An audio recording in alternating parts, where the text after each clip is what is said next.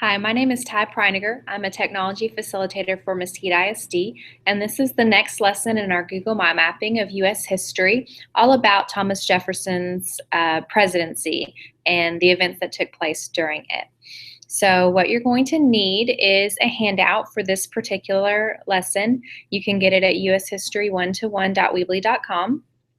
And I'll show you what it looks like.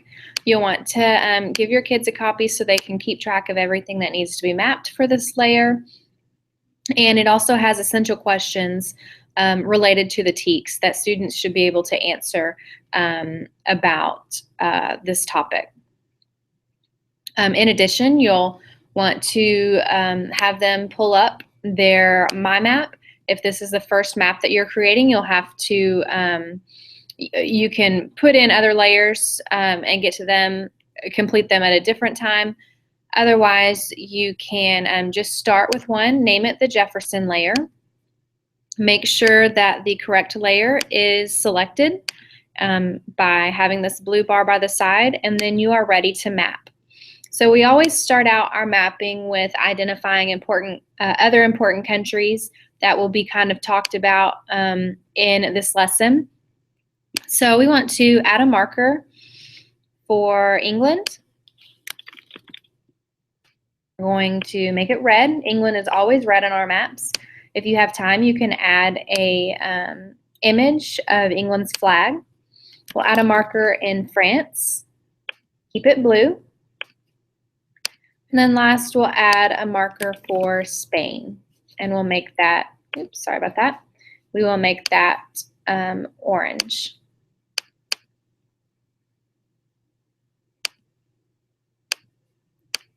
So where we left off with the Federalist era map is we mapped all the important events during George Washington's presidency.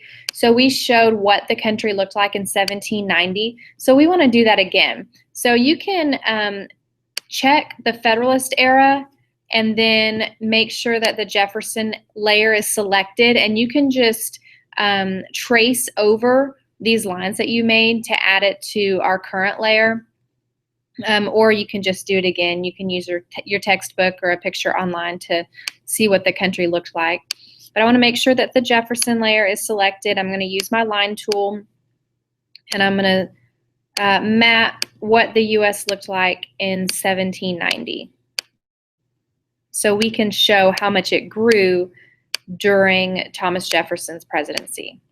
So I follow the border of Canada, go about halfway through Minnesota, and we're going to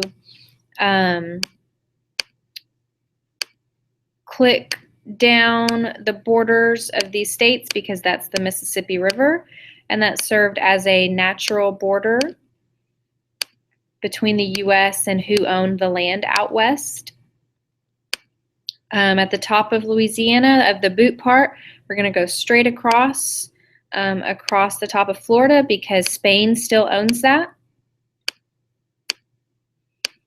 Click up the eastern seaboard. Find our border of Canada again. And then when we get to the very first point that we clicked, the mouse changes to a pointer finger, and let's name that United States 1790.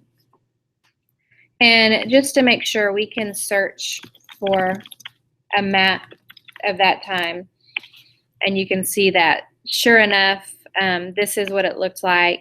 It included territories and states and some land claims, and then the rest of this is claimed by Spain. So let's make that a darker green color. Okay. So during this time, once we got this, all of this land after with the Treaty of Paris in 1783, people were allowed to cross over the Appalachian Mountains, and they started settling in this area between the Mississippi River and the Appalachian Mountains. So a lot of them settled in this area because it was perfect farmland. So we want to add some markers entitled Western Farmers to show that. So I'm going to take a marker, add it in the Illinois, Indiana area. We're going to call it Western Farmers.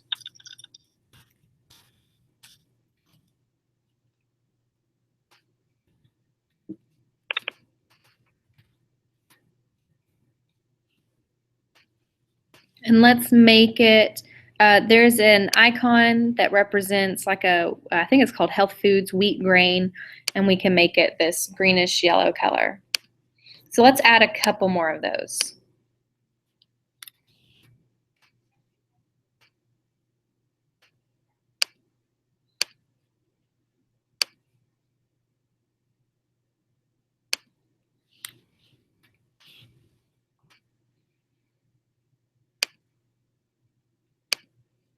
So these farmers are growing crops, they have goods, and they really want to sell them so they can make money. But all of the markets, the eastern markets, are over here across these mountains. And so it's very difficult, expensive, and time consuming to take these crops and carry them all the way across the mountains to sell.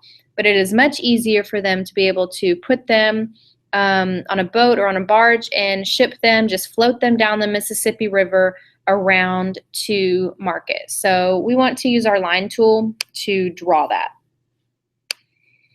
So just put a line in between the farmers and go to where the Mississippi River is, and that's our border. We're going to trace that down.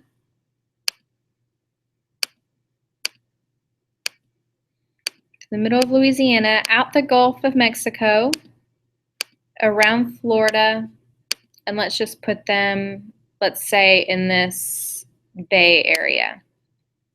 I'm going to end my line, and let's call that Farmers Goods to Market. Let's make that the same color line. We'll make it a little bit bolder. And so I'm going to go to my handout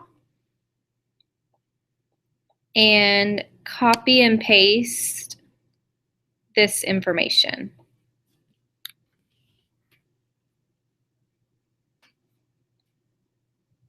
We'll add it to our description. So believe it or not, this route was easier, cheaper to get their goods to market. But the problem is that in 1802, Spain and France, who had kind of given back control of New Orleans and this land, they no longer allowed those American goods to exit out of New Orleans into the Gulf. And so that's when Thomas Jefferson tried to negotiate with Napoleon of France to purchase New Orleans. Napoleon was broke from wars that he was fighting in, and so he offered all of Louisiana that he had for $15 million. The only other thing I want to do here is I want to add a map, add a picture, so you can see what it is like to ship goods down the Mississippi River.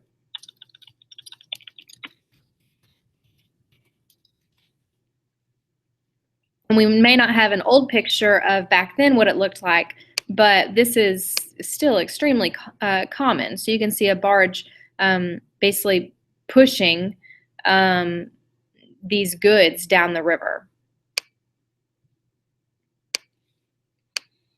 So the deal goes through. Thomas Jefferson is kind of nervous about buying Louisiana because he didn't even know if it was allowed under the Constitution to do that, thinking that that could be too much power for the president to do. But they bought it. And so now let's map what that looked like. So I'm going to use my line tool, and we're going to make a shape. I'm going to start down here by Louisiana, and we can follow the line that we have. They don't quite get the whole boot of Louisiana, but pretty close to it. We're going to skirt the border of Texas across the Panhandle. There's a river there to about the middle of New Mexico, and follow these mountains and another river through Colorado, cut across Wyoming, follow kind of this border of Idaho, up into Montana. And again, there's mountains and rivers that are going to create a natural border that they'll know where to stop their claim. Going to follow the border of Canada to North Dakota, cut across the state, dip into South Dakota a little bit, on into Minnesota, and then follow the rest of the river. Again, it does not have to be perfect, just so that we get an idea of what was bought. When we get to our first original click, our mouse will change to a pointer finger, and that will end our shape when you click on it. And now you can name it Louisiana Purchase. You have to remember the date, 1803. And you can add a description, who we got it from, maybe how much.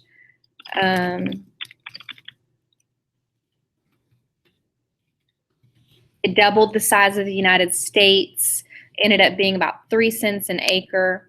You can go get a picture of a real map or an actual map to see how exact it is. So pretty good. And let's make that a lighter green color.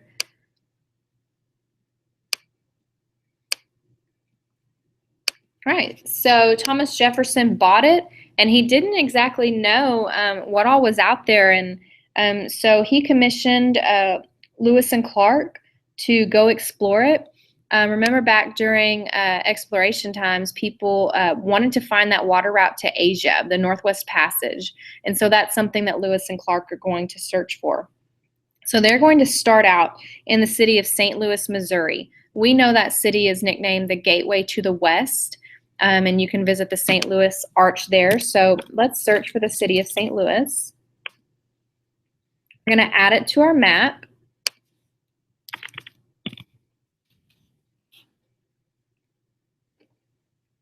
This is a city where the Mississippi River and the Missouri River meet up at, so it's a perfect place to start. Let's make this teal so it stands out, and make it, let's do just a simple circular icon to represent a city. So let's zoom out.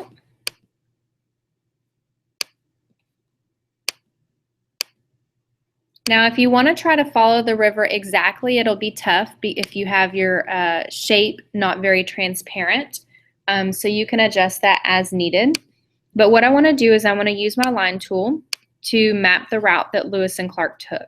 So I'm going to start on my St. Louis marker, click there, and they are going to follow the Missouri River through Missouri, up through Iowa.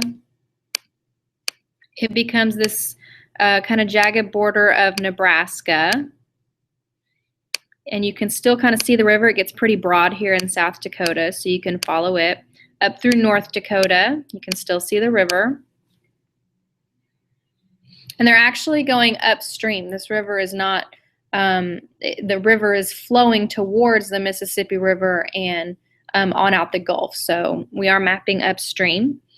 It's going to dip down into Montana. And at this point, they're crossing mountains. They honestly didn't know how large the North American continent was from east to west. And so I think it probably surprised them with how long it was taking. Thankfully, they had Sacagawea with them to help and be a guide along the way. But they are going to get to the coast. And let's go ahead and end our line.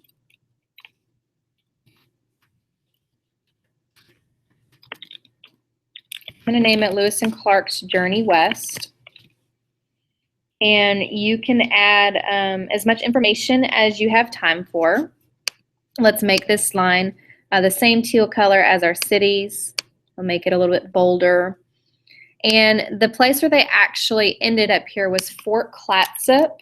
So let's add a marker for that and see how close we got. See, Fort Clatsop Visitor Center is probably a good place. And sure enough, it's right in the middle of Lewis and Clark National Historical Park.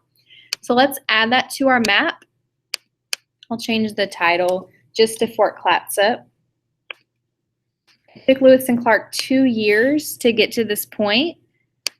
So I know they were excited to get there. Let's zoom out and see how close I got with my line. So not bad. What I'm going to do is I'm going to click on my line and take this point and just drag it to Fort Clatsop, and that makes it a little bit more exact to where Lewis and Clark went. So now we can zoom out, and this is the trip they took. Then they would begin their journey back. So I want you to think about why they followed a river, what was so important about that. And then I want to show you, if you actually go to Google My Maps and explore some of the maps that have already been created, there's one called an interactive map of Lewis and Clark's journey. And so what somebody has done is they have taken all of the journal entries of Lewis and Clark, because there are great primary sources regarding everything that they encountered. New animals, plants, Native American tribes. So if you click on these people, you can actually see this is where the Northern Cheyenne Native Americans lived and other tribes that they encountered. All of these markers include journal entries. So let's see, right about this spot, it says they ascended a mountain, and they killed a deer, and so you can see all of the things that were happening to them.